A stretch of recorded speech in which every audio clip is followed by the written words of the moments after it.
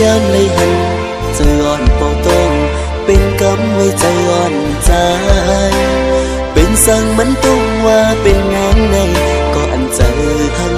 ก็อันใจมาเตะภาคเจอ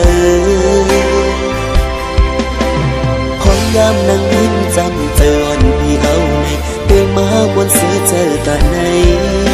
อำโลซึ่งเย้าเมื่อมีน้องยิ้มจำเจออ่อนพี่ในที่เก็บสิ้นไว้น้องก็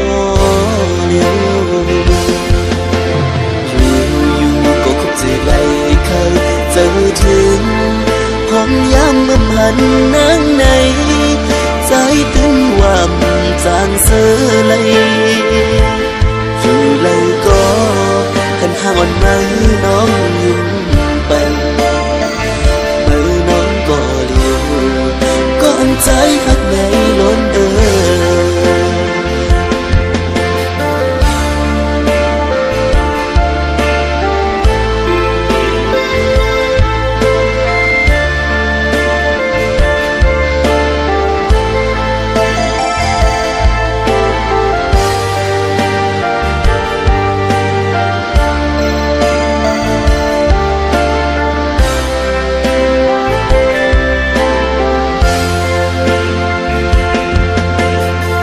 ยามในหัน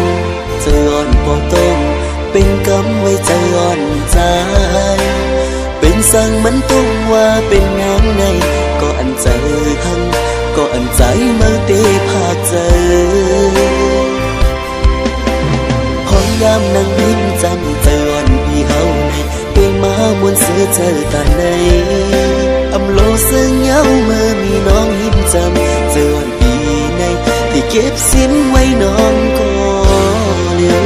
อยู่ก็คงจะไกลเคยเจอถึง